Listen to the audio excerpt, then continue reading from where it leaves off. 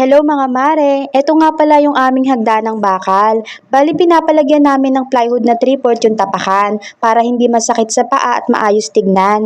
Yung kulay pala ng hagdan mga mare ay primer pa lang. Nag-iisip nga ako ng babagay na kulay dyan mga mare. Ito nga pala si Papa mga mare, yung masipag kumbiyanan. Siya yung gumagawa ng tapakan sa hagdan at si Papa nga rin yung gagawa ng aming kwarto. Mas gumanda nga siyang tignan mga mare, lalo na siguro kapag napinturahan na siya. Si Mister pala ay naglalagay ng lining dito sa baba.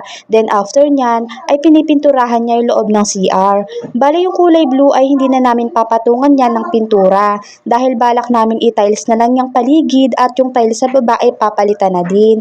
Kinabukasan nga mga mare ay pininturahan naman ni Mister itong bintana sa baba ng primer.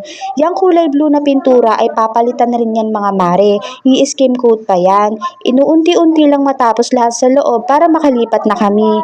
Mas okay kasi nandito kami para kahit gabi ay pwede naming magawa yung iba pang dapat gawin. Sinisimula na rin palang maglagay ng kwarto dito sa taas mga mare. Naglalagay na ng light framing, yung mga bakal sa paligid na gagawing kwarto. Kinagabihan nga mga mare ay bumalik si Mr. doon dahil tatapusin daw niya yung pagpipintura sa hagdan.